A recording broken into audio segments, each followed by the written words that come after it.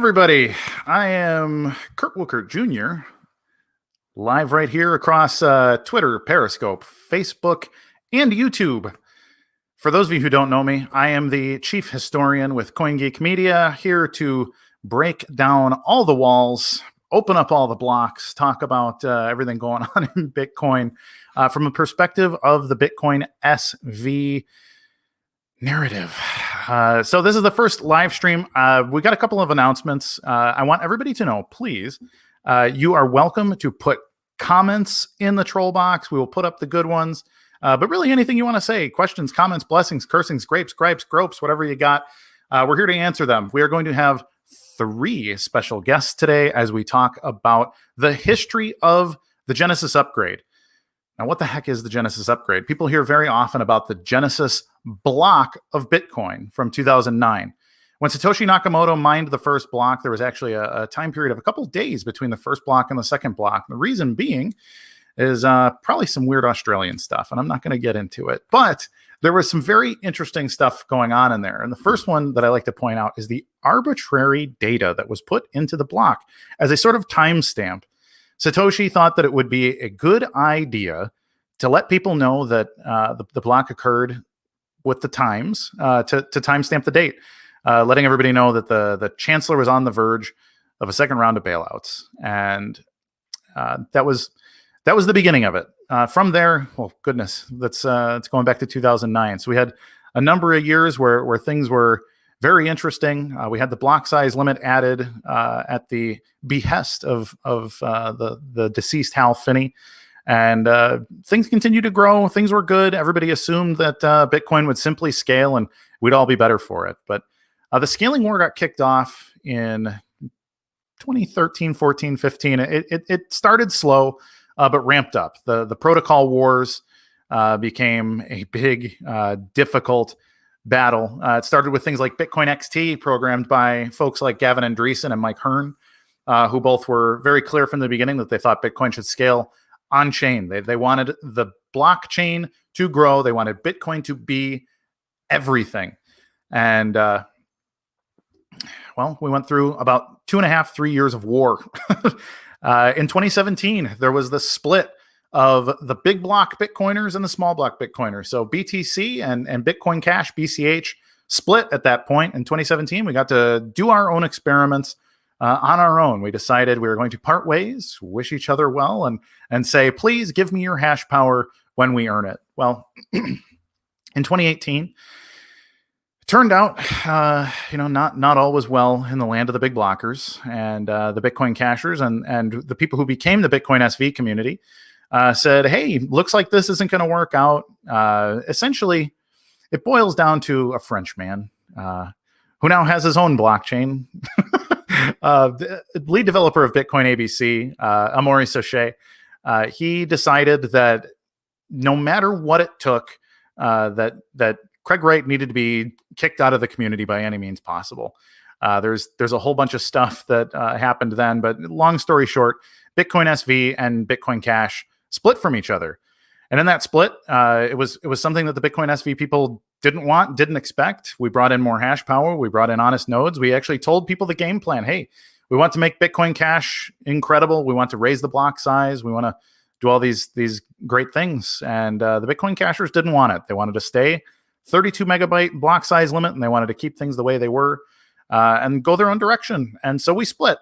And Bitcoin SV started in a little bit of a frenzy. We weren't really sure what was going to happen at that point. And a lot of people were behind the scenes scrambling to make sure things got done right. There was a whole bunch of stuff, frankly. But over the course of the next year, there was one upgrade. There was the Quasar, or Kazar, depending on what part of the globe you're from. Upgrade was a hard fork that made everybody bring up the block size limit to 2 gigabytes, but the node software was still essentially a fork of the original Bitcoin ABC node, which is itself has most security backports and things backported to Bitcoin Core.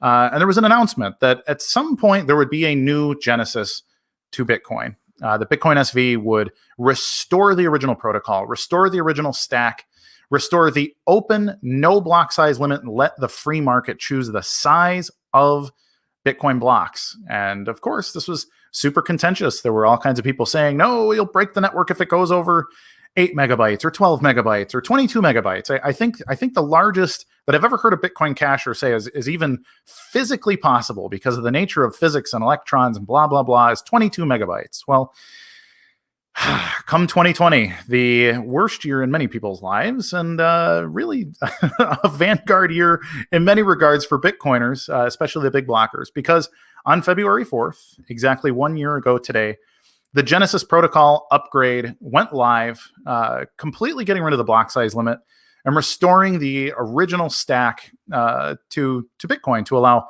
higher level programmatic function and a whole bunch of other things.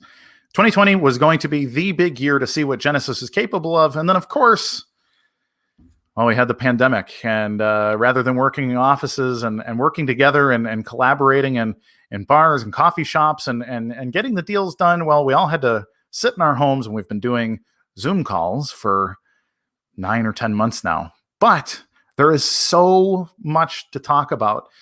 And I'm really excited to bring in a couple of people. I hope to have 3. I think we'll have 3 when we get that far. But before that, I want to make a quick announcement. I told everybody there would be an announcement. There's going to be a couple of things to talk about here. For one, periodically through this call, so please stay tuned, I am going to be holding up QR codes of paper wallets, which you can sweep with your Simply Cash wallet provided by I Am Satoshi on Twitter and Twitch and everywhere else. Very quickly becoming the number one BSV influencer in the whole universe, probably in the multiverse as well. But they've been very kind to donate some BSV that I'm willing to give away. If you can very quickly, whoop, that was definitely not slow enough for anybody to sweep it. But get your Simply Cash wallet ready. I'll hold up the QR code. Whoever gets it first gets some free BSV. I've been told that some of these prizes are pretty juicy too. So there will be 3 opportunities. Please, by all means, be ready for that. I'll hold it up. Hopefully you win. And the other announcement is that this is a Thursday and we are doing the Genesis anniversary special because it is the Genesis anniversary. But on Tuesdays, going forward at this time, it's going to be 1 o'clock Central, 2 o'clock Eastern, and the rest of it around the world. I'll have to ask a couple other people what time it is in the UK and everywhere else too. But every week, every Tuesday, live in the afternoon in the US, evening in the EU and UK, I'm going to be going live to do a show very similar to what this show is going to be like. It's going to be CoinGeek Live, the weekly live stream with me and guests. So if you have any guest suggestions or anybody that should be talking, please hook me up with them. I'm looking to talk to all kinds of people. I want to bring in people that maybe you don't know so well. That's going to be my goal. I want interesting characters that are perhaps not yet popular, but should be. So I will bring in my guests who have been sitting patiently. I can see them in the corner. Mr. Connor Murray, Mr. Jack Davies, and I'm looking for one other one. Hey, how are you doing? I'm doing well. How are you? Very good. Hi, Dinka. I'm doing quite well, Jack. Thank you. So let's do a brief. I'll give the very shortest version of who you guys are. Connor is the second tallest big blocker in the world. He is here we go. Here's Matej Trampush as well. Hi. Welcome. So, all right, I'm going to do a quick introduction. So I'm goofing around. Connor and I are friends. So actually, when the BSV and BCH split happened, it happened when I was live on, I think it was Connor's show, or maybe it was a live stream organized by somebody else. But I think so. Anyways, but Connor was the host of the BCH Boys, Bitcoin and Beyond, is now the CEO and co-founder of Brightview, developing a Bitcoin SV application. And I don't know if he's got any announcements also. Connor, do you want to introduce anything else about yourself? I think they just announced it today. I'm also working with the Bitcoin Association on the Bitcoin SV Academy, which is really incredible. The amount they've already done, actually, it's a lot of great content for people wanting to learn how to develop using Bitcoin or just learn about the theory of Bitcoin. And I know at least Jack has had his hand in a lot of that content that I've been reviewing just this week. And it's the content that they have in there is just so well fleshed out, and there's a lot more coming. So I'm excited to work with that as well. Excellent. Thank you, Connor.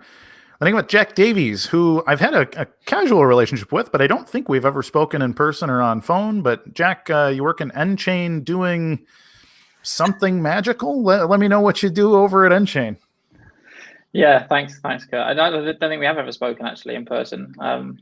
So yeah, I'm part of the research team at Nchain. So I have the good fortune to work on ideas from the man himself, coming down from Craig, and lots of other, including Steve and things. So yeah, I think I've got one of the best jobs in the world, to be quite frank. I get to basically live in Bitcoin every day, basically, and work on things to try and improve it and use it. So yeah, I could be much happier, to be honest. And thanks for having me on. That's awesome. I'm really glad to have you here, Jack. Like I said, we've had a casual relationship. We chit chat a bit. We read each other's articles when they get posted. So you're someone I've respected for a long time, and sort of feel like I know you. But yeah, we definitely haven't spoken in the past. So I'm really grateful to have you here. And then Matej Trampush. I just learned how to say that off air about 20 minutes ago. So I'm glad to meet you. Thank you. So Matej is from Korea, which recently was acquired by Nchain. I've been told by the one and only Steve Shatters that you are the single most talented coder he's ever met in his life. So he was very gracious and said, you are absolutely the man to have on. So Matej, thank you so much for coming. Yeah. Anything else we should know about you? What's your background? How'd you get sucked into this whole Bitcoin thing?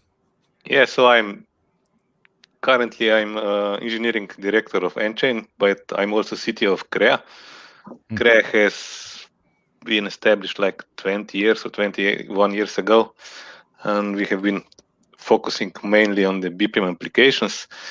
But 3 years ago, something flipped, and we met Craig, Jimmy, and the bunch of others, now we are fully in the Bitcoin, That's awesome. It's very exciting. They have nothing but praise for you. Everything I've ever heard about the Crea team has been all positive, and it's from people who I respect immensely. So when they say to pay attention, I pay attention.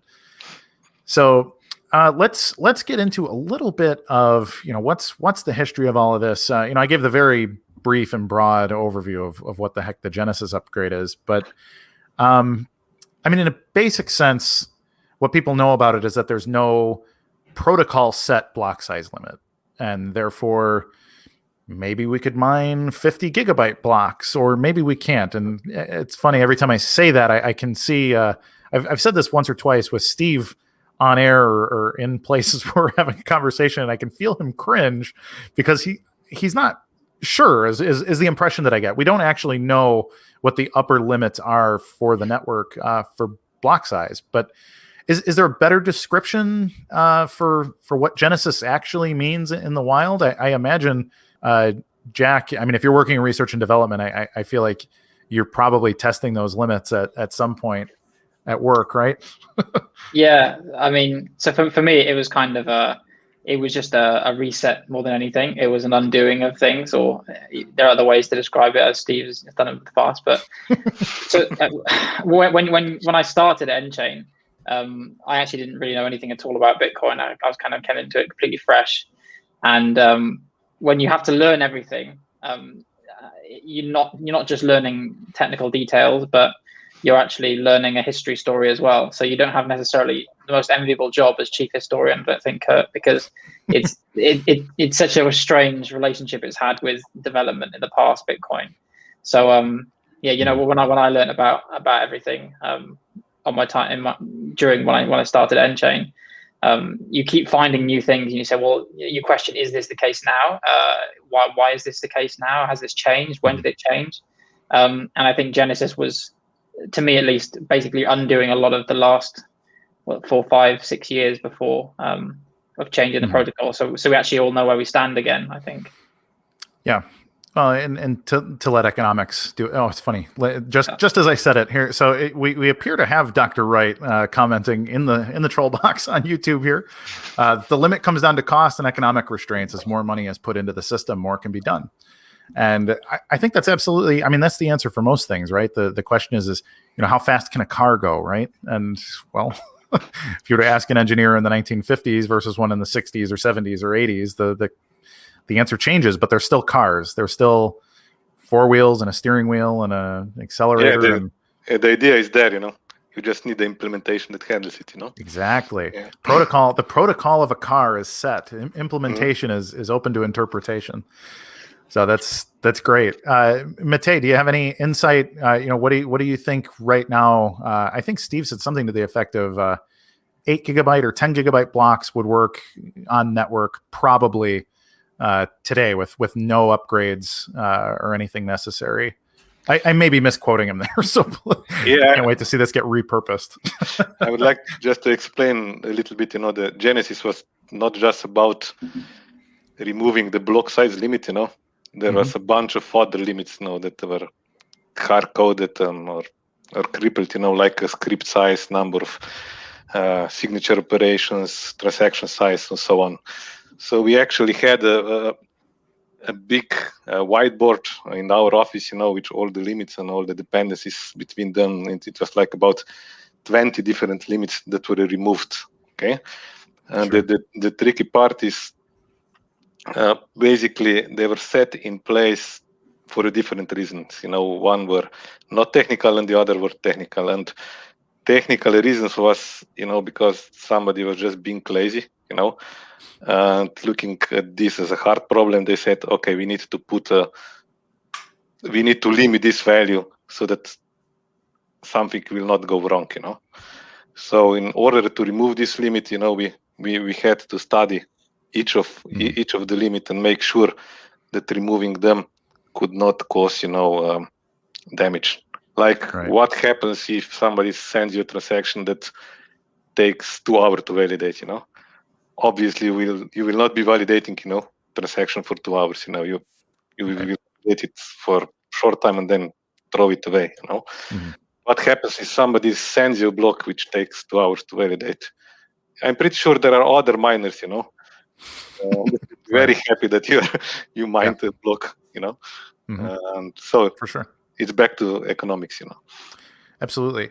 I think, from a development standpoint, I have to ask, like, anytime you change anything, you have dependencies down the stack that you need to make sure and test in all these different situations. And I imagine it's that much work. I've worked in centralized development in the past, but I've never done any blockchain related development at all. So for me to imagine downline dependencies, or if you change any line of code and people are running perhaps node software that's out of date or all these things, you don't want to break the network, right? So is how much work goes into something as simple as removing the ancestor limit, for example. I know people were pushing Steve Shatters across social media for the better part of the year, like, hey, Steve, this seems like 2 lines of code, right? And it's like, well, yeah, that is 2 lines of code. Yeah, just change 25 to 1000 and you're done, Yeah, that's the idea. Yeah, so actually we started working on removing this limit even before the Genesis upgrade, but obviously then the Genesis was more important. So we put it on the back burner for a while and returned to it at the beginning of this year. And even we were surprised, how much somebody, messed up the code, Yeah. even we were surprised. We basically rewritten the mempool code, introduced the secondary mempool code. We need to we rewritten the block assembler, So most of the stuff, was rewritten or fixed, and we removed the limits that were in the mempool. And the side effect, not only the upcoming version 107, which is coming up next week, can handle much longer chains. It can also process ordinary transaction much faster. I think that's a week ago we broke a new record on the S10 network with 107 version. So yeah, it was a lot of work, and we didn't want to take any shortcuts.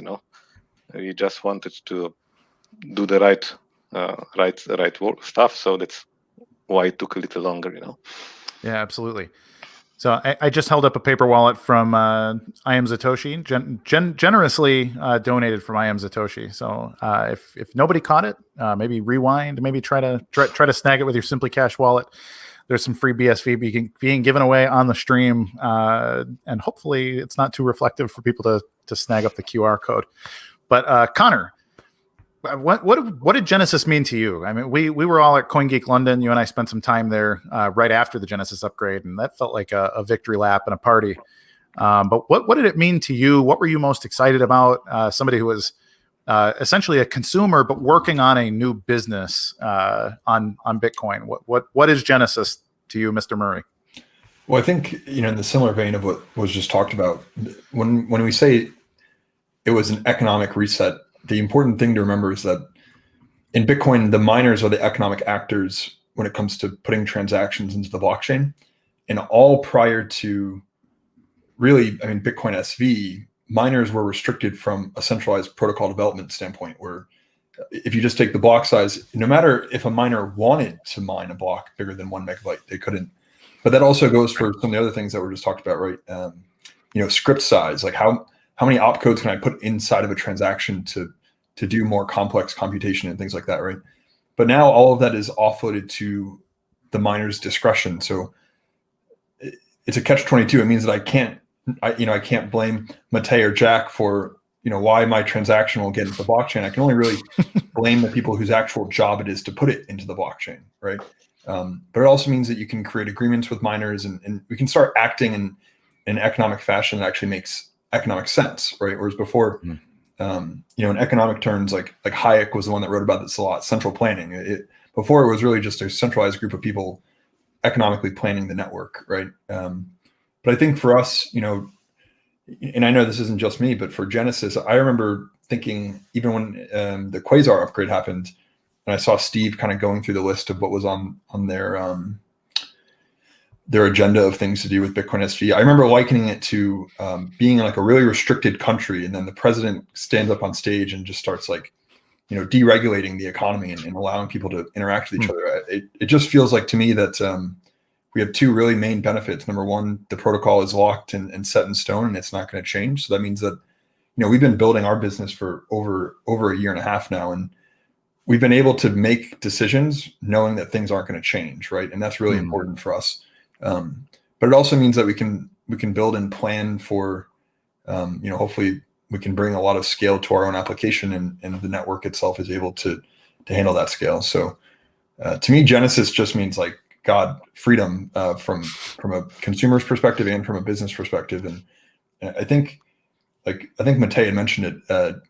The block size actually being uncapped is probably one of the it's really important, and it's really awesome for scale. But the other restrictions that were removed from a transaction crafting perspective unbounds Bitcoin in ways that I don't even think I understand yet in some capacity. So that's my perspective on it. Yeah.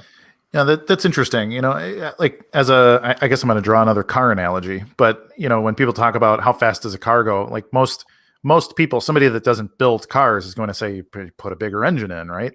And I think that is the most basic response, but there's a lot of other things to balance there, like weight and weight distribution, and is there 30% more?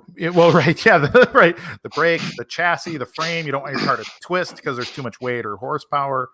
But then also other things like turbocharged stuff. Yeah, and what fuel does it use? What fuel is even available in the market where we want to sell this car? And so there's a lot of economic concerns that go into how fast can we make this thing, and a lot of people really overlook a lot of that stuff. And I can't even imagine working on the Node software, which I know is, in the grand scheme of things, not the most complicated thing in the world, but it's the economic maybe it almost needs to start with philosophical and then economic, and then you actually have your software concerns in the Node implementation. What is that like on your end, Jack, coming into something like Genesis or any of the other smaller upgrades that have come since then? How does that start? Like, what does the whiteboard look like 6 months before something gets pushed out live? Yeah, so I mean, personally, I'm not at the front line on the development team. I've got nowhere near the experience in that capacity. That's definitely Matei and Steve's realm. But I can tell you, I know their whiteboards are definitely full. But what I can tell you is I know that the planning obviously has to start a long way in advance for the reasons you mentioned. you know, you can't just go making changes and expecting everything to work the same. You have to be. Bitcoin is it's uniquely positioned, and it's so delicate. Everything needs to go right because confidence in the system is important, and the longer it works as expected, the more robust it is. And that's why have things like the security audits, because that's another thing that helps us gain confidence in what's changed. And I often when I think about the changes that are being made to undo the changes, and even just getting back to effectively square one, to me I've always thought about the need to scale ahead of demand. Your capacity should outstrip your demand, and I've seen so many people complain or lodge the complaint that why Bitcoin SV doesn't have enough transactions yet. Why do you need to scale? And this is exactly the point: is that you have to be there when the market comes to you, basically. Right. And that's what you've seen. There's probably irreparable damage that's happened with the BTCs and the Ethereums, because they've had that critical mass of demand on multiple occasions, and they've hit this scale ceiling, and this is hurting a lot of people. So I think just the level of planning and how far in advance it happens is the thing that I find quite staggering and so impressive. And I'm kind of glad it's not me doing the coding, put it that way. But, well, that actually brings up an interesting point. For a long time, people have said, well, whatever any altcoin comes up with, they'll merge into BTC at some point when it's proven to be so. But I know companies like Enchain, I think you have like 200 employees at this point. And yep. I know Matei's on a team of probably 20, and you guys are all very, very busy. So, I mean, how trivial to make all of that work, to say, oh, well, the core devs will just merge this at some point. I mean, how insulting is that to hear that your work could just be done in a weekend and merged into BTC? Matei, I'm curious to hear how that makes you feel. Yeah, when it's finished, it looks simple. It looks simple, but when the sausage is made, it's quite complicated, we discussed the whiteboards. Maybe I can share a snapshot or two of the whiteboard. Absolutely. Let me check.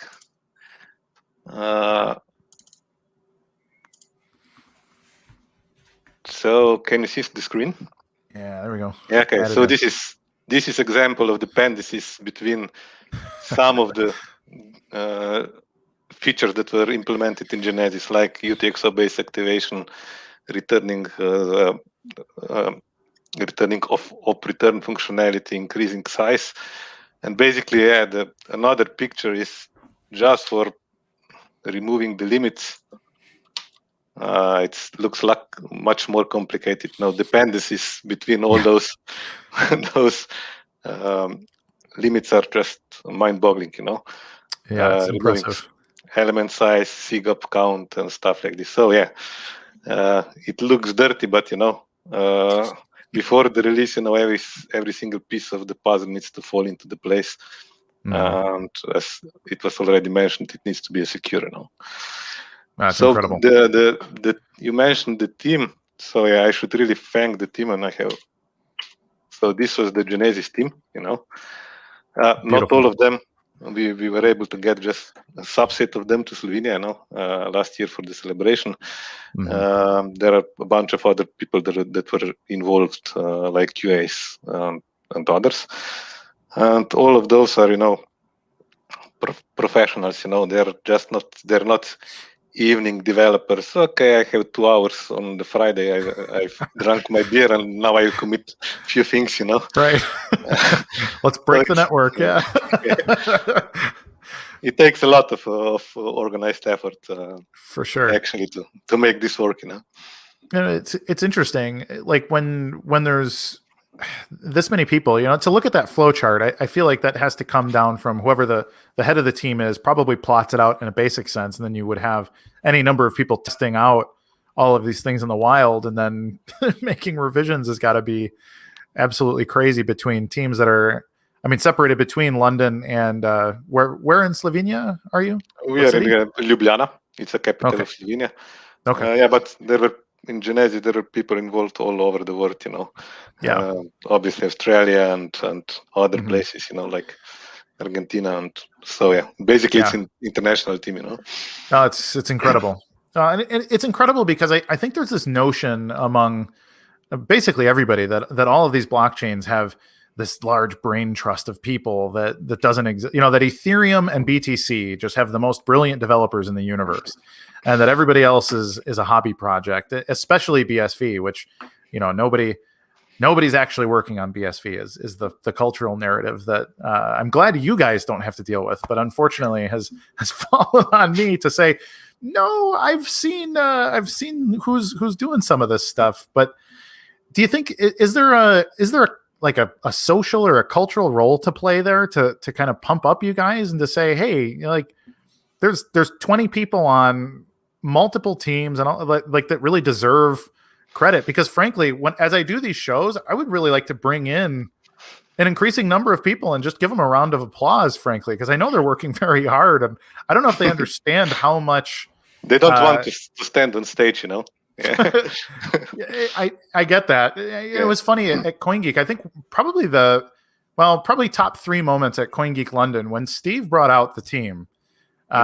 You could hear it in his voice, you could see it in his posture. Like it was like a parent watching his kid, do really well at a recital or something. Like he just had this like glow about how proud he was of his team, and it really stood out to me just to see like, wow, this is a really fascinating and important group of people that have potentially coded up and implemented the most important piece of fintech in a generation, and nobody knows who they are. I mean, somebody knows who they are, but I think to pass that credit around would be worth the time to do, I think.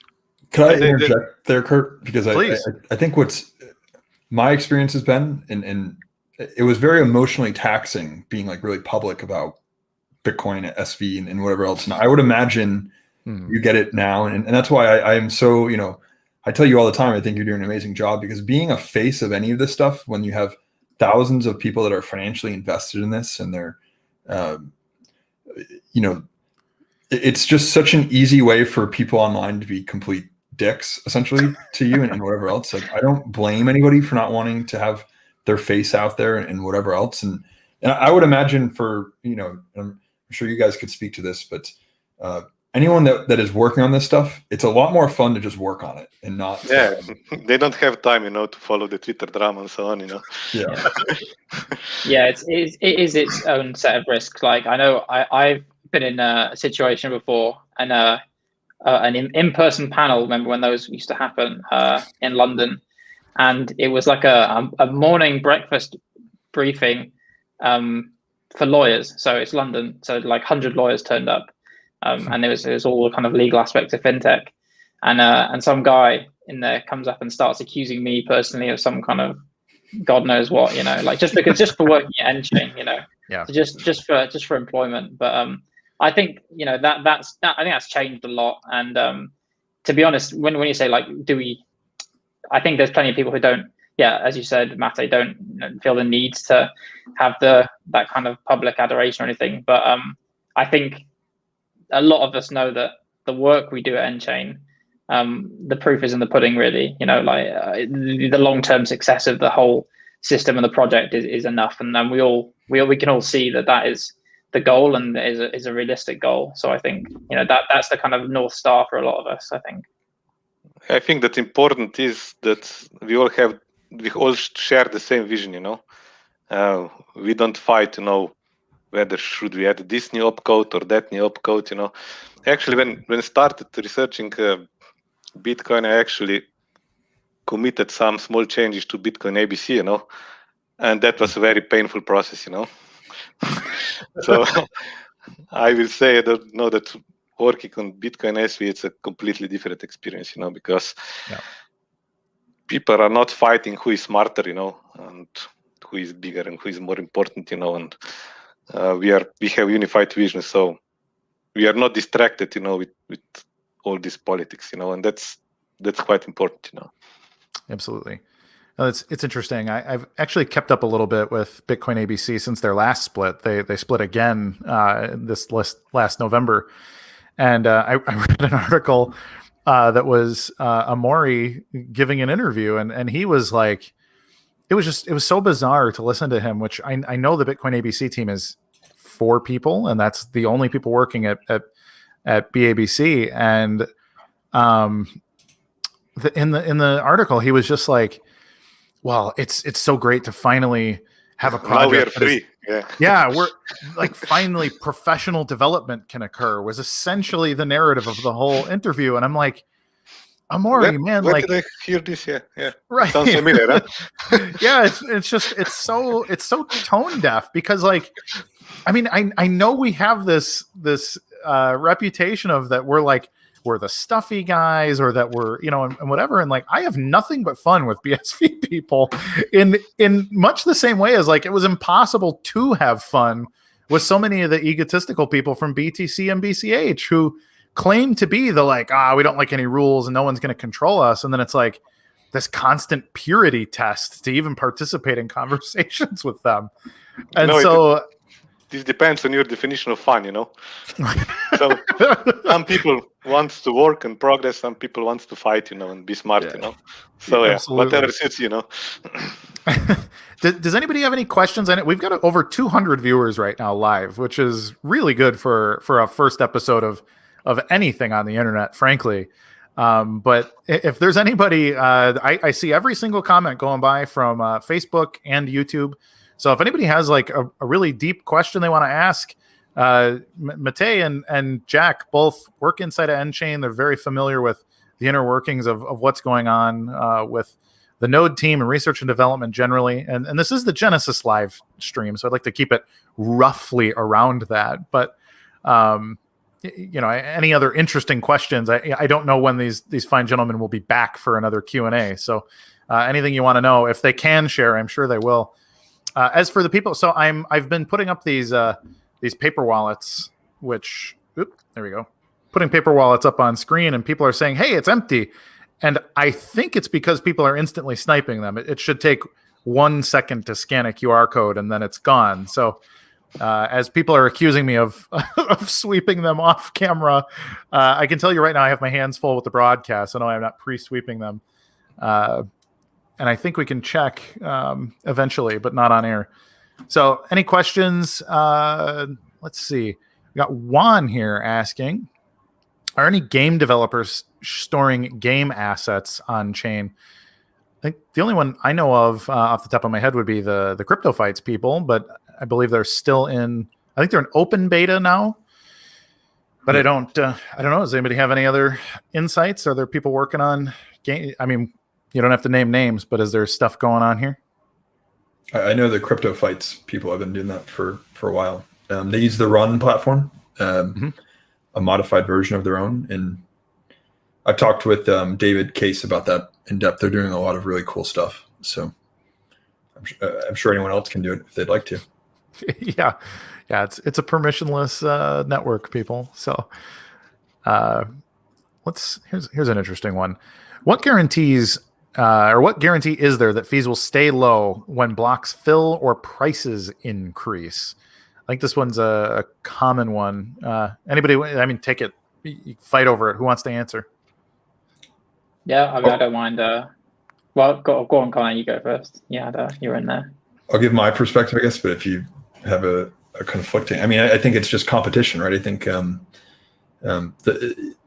whole point of decentralization, I guess, is the word that keeps coming up. But as long as there's a few economic actors, which really just means the miners, then if all 4 of us are competing to put transactions into the blockchain, then I'm going to want to offer a better service for a lower cost, right? And if the cost to store the transaction is X, and I can offer it for X minus whatever compared to my competitors, then I'm going to do it. So to me, it just comes down to economic forces. And I think Craig always gave this example of Coca-Cola. So they make a very small fraction of a margin on every Coke can, but they just do a ton of volume in selling Coke cans, and that's where their profit comes from. So that to me has always made a lot of sense.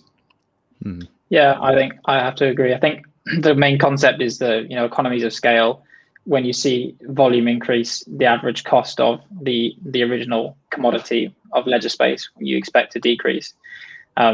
So yeah, obviously that's the thing. There's no guarantee of anything, but in Bitcoin in general.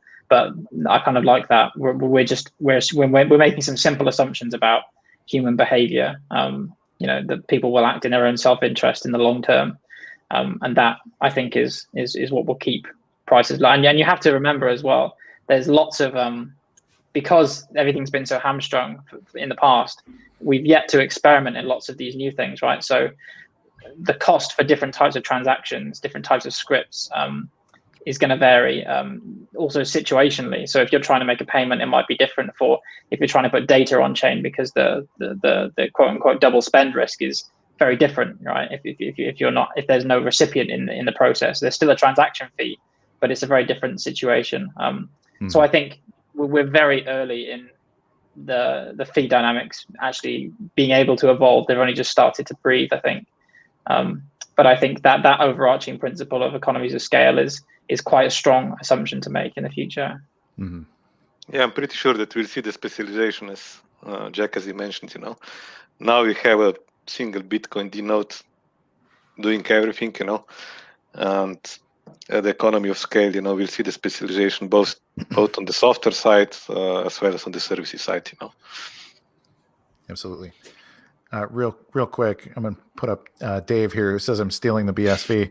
So I just checked this wallet. I didn't sweep it. I checked it, and there is 0.06 on this QR code. So whoever gets it first gets 0.06 BSV. So have at it. I'm sure it's already gone. If you didn't get it, you didn't win. Somebody else did. So this is a really interesting question here. Monkish Rex says, Jack, any more progress on the tech stack? Craig has been hinting about EDI and XML with transactions and script. I watched his most recent Theory of Bitcoin episode where he was talking about EDI, and like that last 15 minutes of it was like, one of those moments where like my brain blew up again, which every time I watch Craig, I'm like, I've heard what Craig's going to say. I get it. And then, I hear him talking about something like that and say, like fascinating. So any insight on this stuff? Yeah, it's funny working with Craig. It's similar. The penny will drop weeks after you have a conversation with him, and you think, oh yeah, that's what he meant. I should have been working on all this whole time. Yeah, I guess we're always progressing. As you said, Enchain is so busy with so many things, and in the past we've had to prioritize on the actual getting the node software done, like Mate said. So I guess my role in research is not so much. I don't see so much of necessarily the development cycle of the tech stack. I know there's lots going on, but I think we're always pushing the boundaries of these new things that you can use Bitcoin for. So Craig mentioned things like outsourced computation at his last talk in CoinGeek. Sure. So we're finding in research, there's all these new things, and you mentioned EDI is an example of something we looked at in the past as well. I think it'd be safe to say we're always making progress. But sure, can't go into all the details, but yeah, for sure.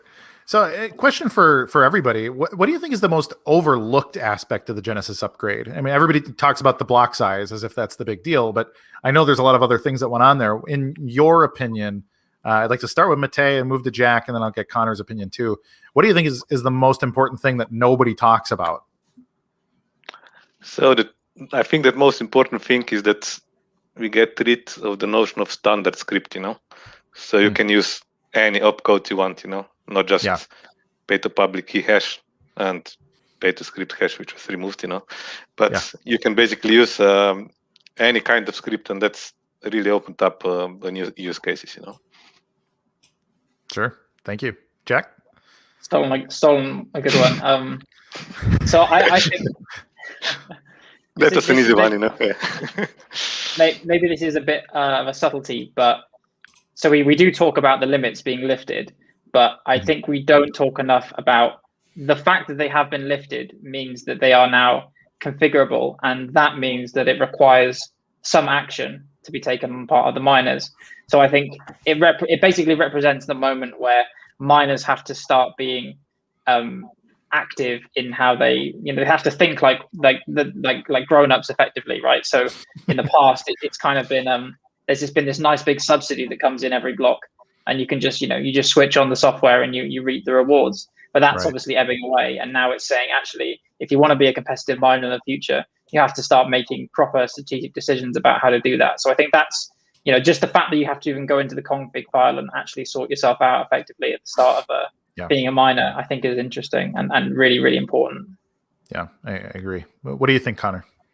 I have to agree with the standard script. And I'll give like my perspective on it, because we've been, I think, having to think through this recently. Is I think the biggest problem with the idea of a standard script and rejecting quote unquote non-standard scripts is that it's kind of limited our thinking even of how you can build an application on Bitcoin, right? And one, probably the easiest example of that would be just when we talk about putting data in the blockchain. Historically, that's been throwing stuff into op return, right? And then just, okay, now it's all in op return, and then everyone runs around and they say, oh, look, there's immutable data on the blockchain, and that's kind of like half true.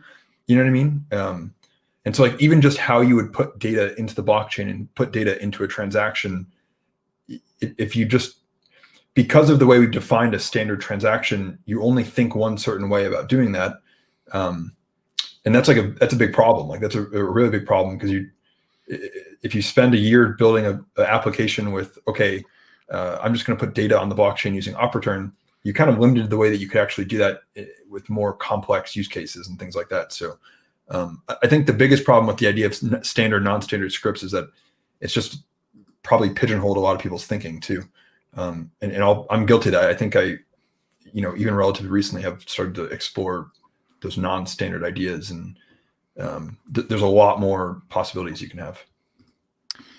It's interesting because coming from my perspective, I'm not a developer in the Bitcoin space, but I'm much more like a game theory and social dynamics, economics kind of guy. So for me, I'm going to go ahead and agree with Jack. Actually, I was going to say that like making miners have to act the way that they were always intended to act is the most exciting thing for me. When I first read the Bitcoin white paper, for me, it was like, oh my gosh, it's a game that's daring you to play it. And every time you don't mine a block, you need to ask yourself why. And so like, for me, it was always like, kind of like that Cicada. Do you guys remember the Cicada game that came out maybe 5 years ago? And people are like, it's a CIA recruitment tool, but it was essentially a large cryptographic or a series of cryptographic puzzles to solve. And nobody really knows why, but there were a lot of theories. Maybe it was a big cybersecurity firm hiring, or maybe it was an intelligence agency. But for me, Bitcoin was always that. It was the dynamics of mining and figuring out how to outcompete everybody by out cooperating everybody. So it's a very weird social dynamic in economics that I think a lot of people really dislike about capitalism. Like I think people have this notion that capitalism is about domination, and it is, but you have to dominate in such a way that it forces people to cooperate with you. So there is that aspect where you want to win, but in order to win, you have to allow other people to help you win and all these other things. So for me, it's like a philosophical experiment that really, I've been so frustrated that hasn't happened in Bitcoin until Genesis. And now since Genesis, I think we've really seen two miners really step up.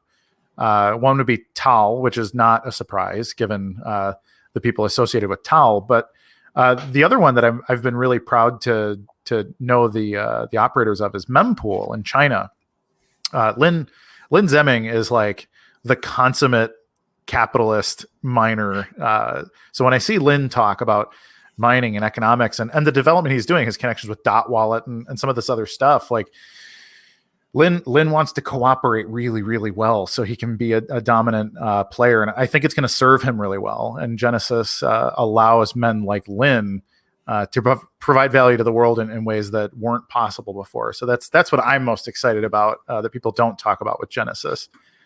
Yeah, this switch from a passive mindset to an active one, it's really important, Yeah, absolutely. To that, we got a bunch of. I'm shocked to have 230 people watching live. So first of all, I want to say thank you to everybody that's tuned in and watching. A lot of people have obviously shared this around. So I want to say from myself personally, but also on behalf of CoinGeek, thank you everybody for tuning in. The Genesis anniversary special was something we've put together over the last about month and a half, talked about doing these live streams. And I told everybody, in fact, I told the editor-in-chief yesterday, I said, if we get 50 people watching live, I will feel like this is a success. So Kurt, what happened? Did you pre-announce our names, or what was the reason? Nobody knew. No, people knew it was going to be me. I told people there would be special guests and an announcement. So You're a big draw, right? And a lot of empty wallets. Yeah. Apparently, yeah. No, free wallets. Yeah, come. I will pay you to watch me. So, but no, I'm honored. So thank you everybody for watching, and hello to everyone who's just simply saying hi in the troll box. Oh, we got a Steve Shatters in there too. Hey, Steve. We got, let's see, man, a ton of questions in here.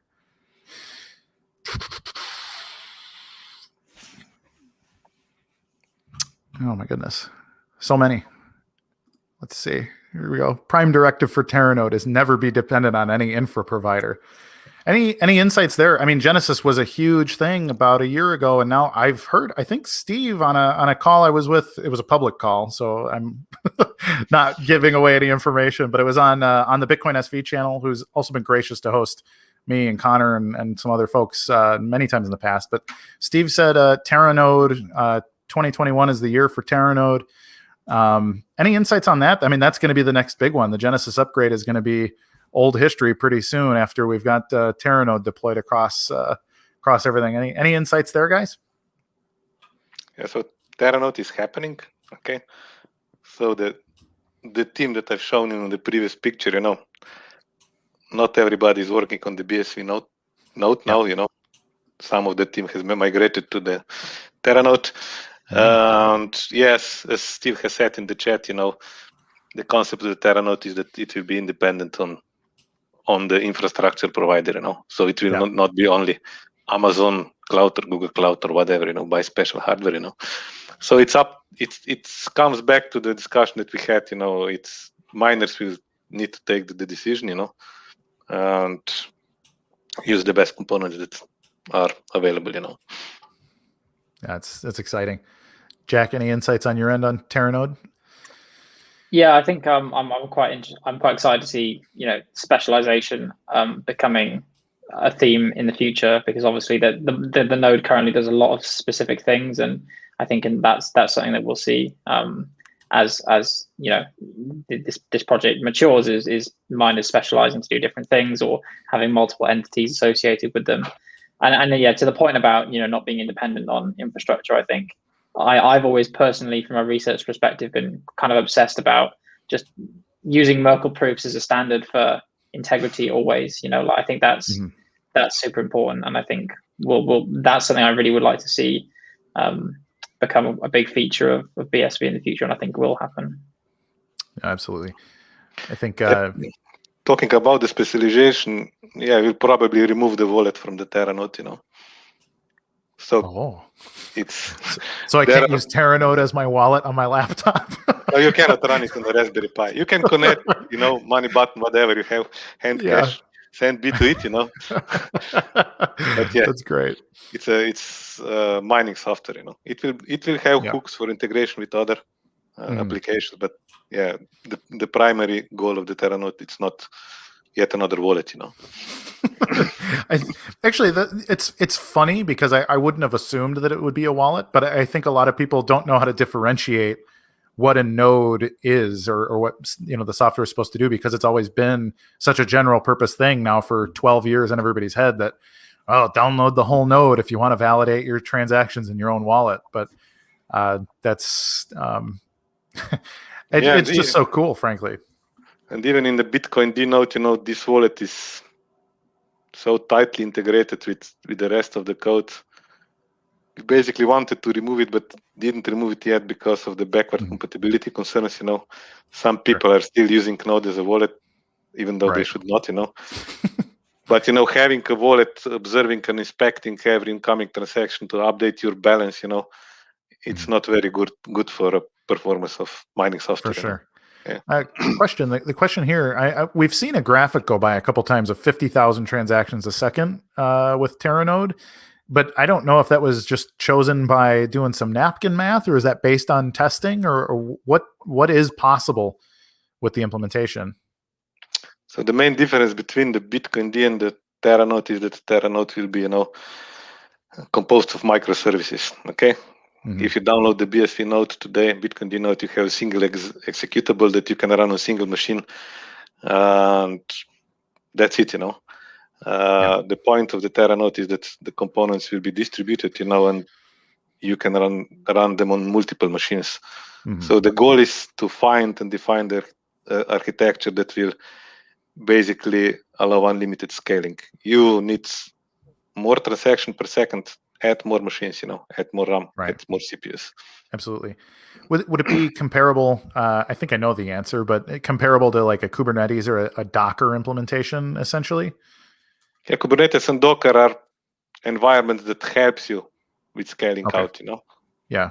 Yeah. Interesting. So this could be a possible deployment, Okay. But as Steve said, we want to make it infrastructure independent. Sure.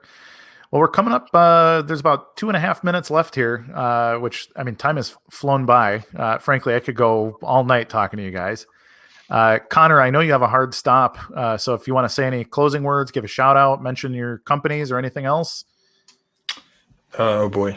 Well, I'll give a shout out to all three of you. I mean, I'm definitely appreciative of, it's just such high quality stuff coming from, I think, everybody involved in this ecosystem. So it's just, it's nice to be a part of. But I guess I'll show my own company. So we are my company is called Brightview. We're launching a review-based platform that all of the data is structured using MetaNet actually on chain. So everything that we do will actually be like everything you do on the site will be anchored to the blockchain. So the thing that's kind of taking us some time to do is making sure we have all that working quickly and efficiently, which is important from a user experience perspective. But then also we've been focusing a lot of time on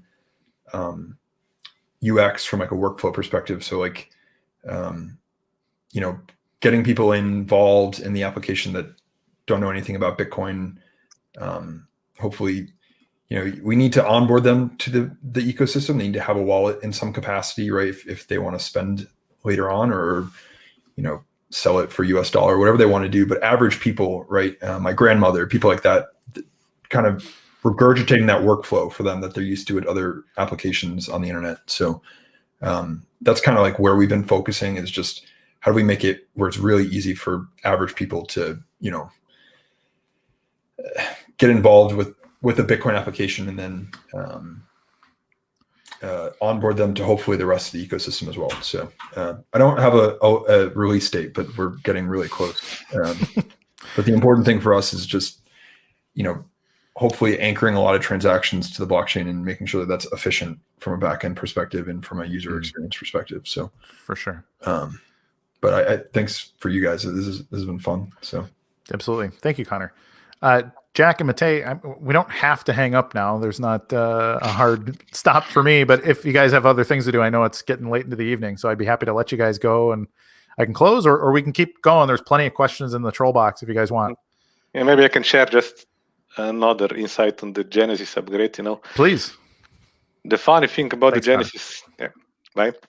The funny thing about the Genesis upgrade was we actually didn't need the spec, because the spec was written 10 years ago, So it was a project when the specification was actually written, long before we started working on it, Yeah, for sure. So that's kind of funny, Is there? It's funny. People talk. I mean, I talk about the white paper. I probably mention the white paper every day for the last 5 years, given what my lifestyle is like.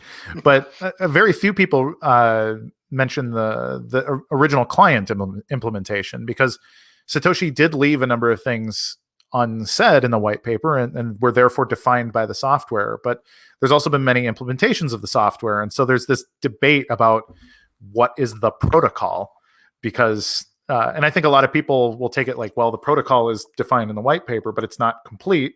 And then other people will say it's defined by the software, which would sort of make sense, except for it's not really a one-to-one complete comparison either. Like Satoshi didn't give us a complete implementation either. So how often does that come up? I mean, do you guys bust out a white paper or look at the original client implementation ever as like a simple reference, or how often does that come up?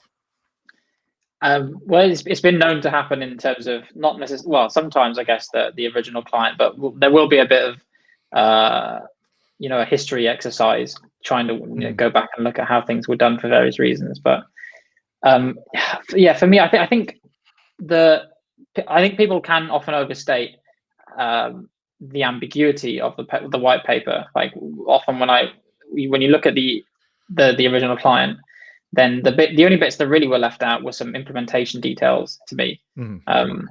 It is quite, for me, it's kind of a minimal amount of things that take you from the white paper to the original system. And I think, so I always find the white paper a pretty good guidance, for virtually everything.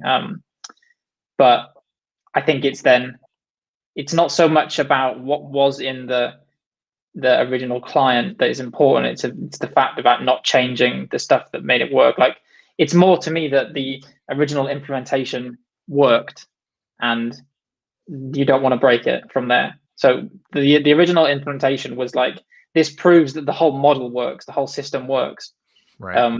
From the white paper.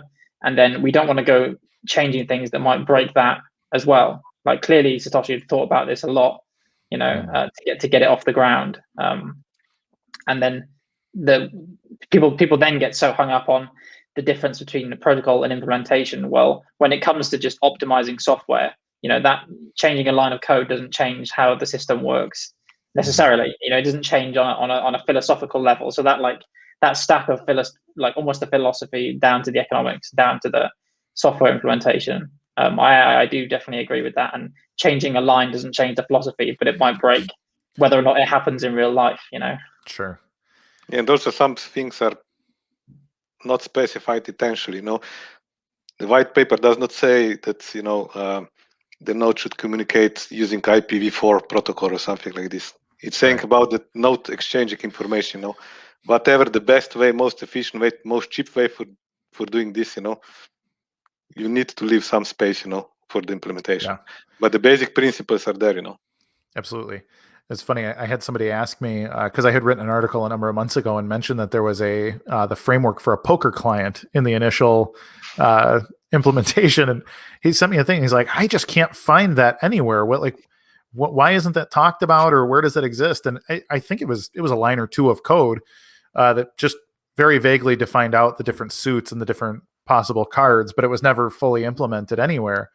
But I sent a screenshot of the code and a link to the source code from there's a guy that maintains the original, the first implementation, and has it up on GitHub for people to look at. And it's funny because when people will say like, well, is it original Bitcoin if you don't put the poker game back in? And I think people have this problem understanding the difference between the rules, the software, the protocol, and anything else that can be implemented there. So when someone questions, if someone says, oh, we like to say Bitcoin SV is Bitcoin, right? It's the original Bitcoin. When people question that, I would just say, just look at them and use common sense. Just, look at them side by side, and which one would you pick out of a line out, that resembles the original system the most, I think. So, you don't need to lose sleep over it. It's like, if you compare BTC and BSV today, you have replaced by fee in Bitcoin. That's basically enough to say, that doesn't achieve the original goals, because it's basically reintroducing double spends into the system. Right. It's so easy to explain, I find. But yeah, absolutely. I just wanted to put up, Steve Shatters said, if anyone missed anything Matej said, go back and listen again. This is standard practice for me in my workday. Best damn engineer I've ever met. So now I have to go and listen to what I said, Yeah. Right.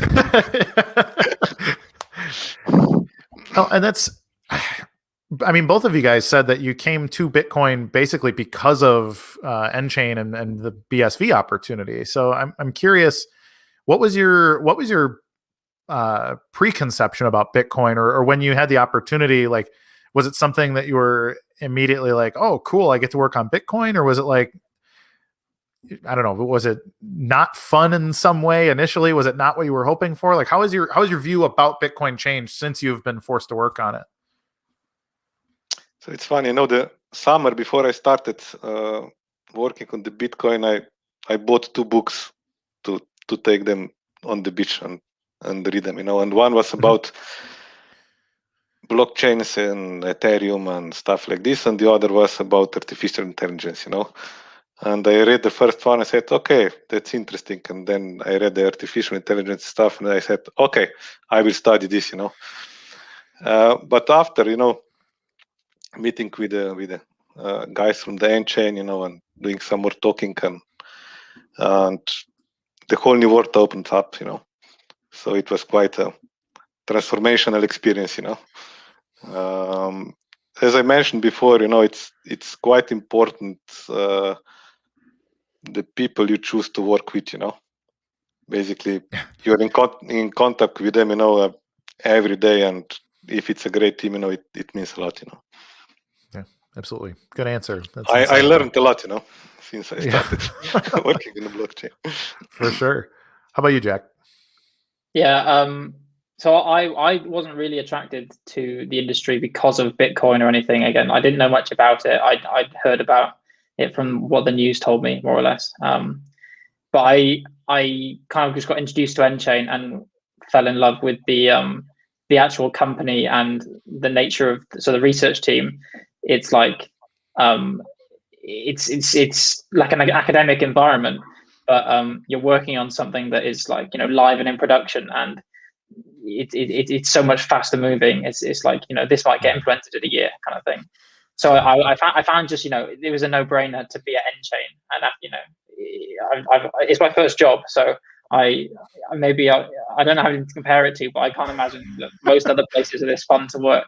It's never a dull moment, and yeah, I honestly I don't think I personally appreciated the power of the immutable data side of it for a good 6 months.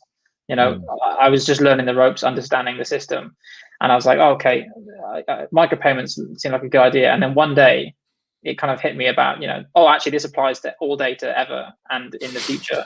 So then I was like, okay, this is pretty serious. Yeah. That's fun. When I finished my PhD, I stayed in the lab on the faculty, and I was writing these papers, submitting them to the conferences, and none of this paper got turned in a product or life or a line of code or something like this.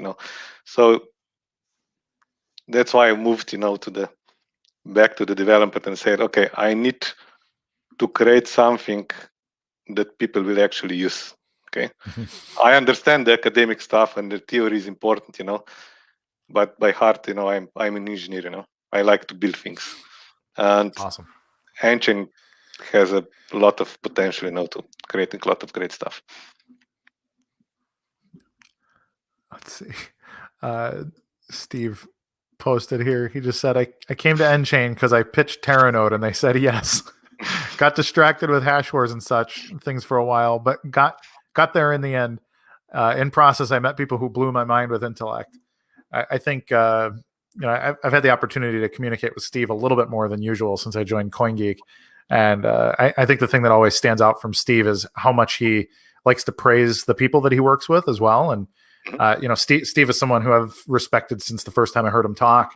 But I think it's a really common thread coming across everyone that I've met who works in Bitcoin SV from like an infrastructural standpoint or a business development, like they're actually working in a company that's developing software to utilize it, is that there's just this desire to see it succeed because it's important. Whereas so many other things are like, I work this job and I get paid well and that's great. But like you said, Jack, just this, like the data, every bit of data forever. I remember, I think it may have been Daniel Krawitz who said, like, what would the world be like if the Library of Alexandria never burned down? And that's what we're creating right now. We're making it that in 10,000 years, you can go back and look at potentially everything. The more things we put on chain become this permanence that we can reference when necessary, but we also then have the luxury to forget about it in our daily lives too, but go back and look at it in a way that it won't degrade and all of these things. So I really, think true crime is going to get boring because there's not going to be any dispute about what happened when. I also wanted to just say on that point that I think this is one of the things that I think differentiates nChain from a lot of the other companies in the space as well, just from my personal experiences. You're right. I personally am someone who I love the fact that in my job, there's basically an overarching mission and a purpose that I can subscribe to, and that is, that it can get you up in the morning to work if you want. But at the same time, it's not a prerequisite, and it's not, I think there's a healthy level of, there's just so many professionals in nChain just, doing their jobs and smashing targets all the time. But you also have people who, really care. And there's a really healthy mix of people, I think. I think the outside perspective of what nChain is like is probably quite different. It's actually just, it's a very, very healthy mix of people that work inside. I get told every day that nChain doesn't actually exist. So this is, the perception from Bitcoin's enemies is that, nChain is just a logo on a website and all of us are paid actors or something. But now there are these excuses that they can not show you the office because of the COVID, So well, sure. Yes. Is there? Yeah, I imagine almost everybody must be working remotely, given that I don't think you probably can go to the office in the UK at the moment. Is it the same in Slovenia? I don't know if EU has the same rules right now, or. So we could go to the office, but most of the people are working from home. Okay. And Slovenia is so really small, so office is not far away, Okay. So there was a good Terra Node question. Someone said, for clarity, will Terra Node have the separation of concern for built-in, i.e. mining machines, archive machines, or is that dealt with in another layer? Does this question make sense? So it will have a bunch of specialized components, that will be connected together. Yeah. So for example, if I were to run a large commercial store, like I may not be mining, would there be any reason for maybe a large retailer, like a globally distributed retailer, to run their own implementation of Terra Node for processing transactions, or would that not make sense? Why would they process transactions, Well, they're interested in their own transactions, not all of the millions of transactions per second that everybody else on the earth is, Sure. So if I send you the email, do you want to read emails from all other people on the world? Probably not. Yeah, it's funny. I think again that there's room for specialization even in outside of the node, right? So to some massive enterprise, it might well be desirable to them to have something that's listening to a lot of the blockchain activity, because it probably won't even put a dent in their bottom line to run that if they're big enough, So I think there's so much specialism that we haven't even looked at, because so far everything's been so homogenous. It's been everyone who likes Bitcoin has to run a node. It's like it's going to be very different. Yeah.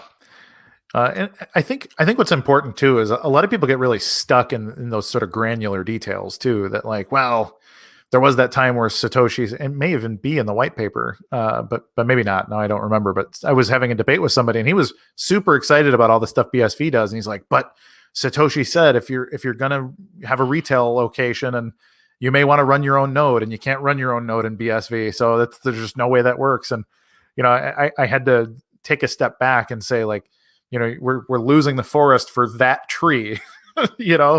And I think that's something that's going to require a lot of retraining, much the same way like people are uncomfortable with threshold signatures. I've had a dozen people in the last couple of weeks who've downloaded Handcash or Volt Wallet, and they're like, where's my private key? And I have to explain essentially that the private key kind of doesn't even exist, but it's also more secure in a lot of ways than if it did. And and people get very lost because of everything that happened with core and cash and the way that most people treat Bitcoin now. And I think Genesis, it's such a good thing to call it. I mean, first of all, because it calls back to the Genesis block and all of that, but that we're sort of reestablishing the need to rebuild from a new foundation completely. So do you think if there's one big thing that you're excited to see kind of leave the lexicon of people's presumptions in the future, what do you think that would be? You know, something like that, like the need to run a node or the need to keep your private key, you know, on a piece of lead and buried 12 feet into your backyard or whatever. Just keep open mind, you know.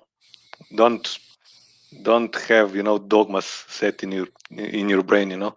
As you mentioned, specialization, there is already specialization happening on, you know, Node provides a bunch of services, you know, and for merchants, you know, there is a merchant API which provides services on top of the node, basically submitting the transactions and getting notifications when your transaction is mined.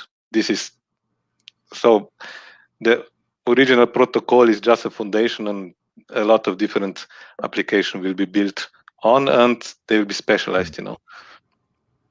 So you need to keep open mind for such scenarios. Yeah, it's good advice for a lot of things. Yeah, keep learning. Yeah. How about you, Jack? I think so. I hate, obviously, not your keys, not your coins, I think is a particularly bad one, but that's you know, almost too obvious. I have a particular disdain for the use of the word decentralization, because I think it is used as a replacement for an argument in most cases, and it's a word that's become one of these things that it can mean anything to anyone, and is so unuseful to you. Like, I will pretty much never use it if I can afford to, you know, in any conversation. You can explain the benefits of how the system works and why the system works without ever mentioning that word. And to me, that's the best example of losing the wood for the trees. You know, it's like people are happy to completely ignore that Bitcoin was called P2P cash. They'll ignore the title, but they'll hang on to this word that wasn't even in the paper. It's madness to me. Same. So I'm glad to hear it. We should probably wrap up for the sake of, well, the 200 and still almost 230 people watching. So, but maybe we should pull a Michael Jordan here and retire while we're on top. And but if you guys, you know, does anybody deserve a word of praise or thank you, or do you want to say hi, Mom, or any closing thoughts about the Genesis upgrade, please? I would like to thank the team. Okay, all those guys and girls that are in the picture, and those that are missing from the picture, you know, they were really great. Yeah, absolutely. Let's take a peek at the most of the people that worked on the Genesis implementation. It's a heck of a team there. There's been a lot of incredible work that went on. So thank you to everybody at Crea, N-Chain, who worked on Genesis. And Jack, who do you got? Who deserves a shout out? Yeah, it's kind of the same. I think maybe I have to say in particular Steve, because we talk about how much he praises everyone else. And I think he is one of the, you know, even though we do sing his praises, he's still one of the unsung heroes, because it doesn't quite match up.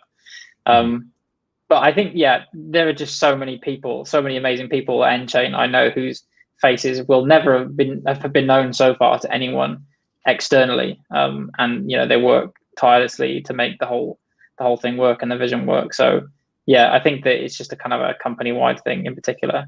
So yeah, that's all I can say, really. Beautiful. So, gentlemen, I'll let you guys go, and I'll say a couple closing words. But just from me and from CoinGeek, thank you so much for spending this hour and 20 minutes and giving us your insights on the Genesis upgrade. And thank you also for what you're up to every day, because I know you guys are working real hard, and we're rooting for you. We're very grateful, and by all means, feel free to come on. This is our first episode. I hope to have both of you back as often as possible in the future, if you will be so gracious. Anyways. Okay, thank you for having us. Yeah, thanks so much, gentlemen. It's great. My pleasure. All right, everybody. So we are going to wrap up here. Again, thank you so much. For those of you who don't know, I'm Kurt Wuckert Jr., Chief Historian at CoinGeek, and we're going to be doing these live streams every Tuesday. I know today is Thursday, and it was special, but on Tuesdays going forward at 2 o'clock Eastern time, we're going to do 1 hour. Maybe we'll go a little longer because why not? But if anybody wants to bring their questions, bring anybody that has questions about Bitcoin. You can bring them here to this live stream every Tuesday. We are going to be doing a very special thing here. We're going to be answering questions live. We're going to be talking to people about all the special stuff going on in Bitcoin. There's going to be one difference, and the difference is going to be, rather than the Genesis anniversary, it's going to look like this. It's going to be the CoinGeek weekly live stream hosted by Kurt Wuckert Jr. every week. So please tell your friends, set your calendars. Please share this video. Likes, shares, and subscriptions really make the world go round. They pay the bills and they help everybody to learn about Bitcoin. The only thing that I want people to know is that Bitcoin is capable. Bitcoin is scalable. It always was. It was fundamentally built to work, and it was built to work by allowing you to work. So it was intentionally imperfect to give people the opportunity to fill the gaps and to create the economic environment possible for it to work in business and in data science and in everything else that makes everything else matter. So, man, it's hard to say goodbye. But anyways, I'm very grateful for everybody. We'll go back to the Genesis live stream logo up here as I say goodbye. But I want to thank my wife, my son, for being quiet as I do these things in the house amid quarantine. And I also want to thank everybody at CoinGeek for putting this together and for asking me to be the host of this delightful show and for the show going forward. I'm very excited to host this going forward. So thank you to everybody at CoinGeek. Thank you to the head of CoinGeek, the big man on top, Calvin Ayre, for making all this possible. And to everybody that I get to work with on a daily basis. I'm very grateful for all of you. Once again, Kurt Wuckert Jr. See you on Tuesday. Bye, everybody. Thank you.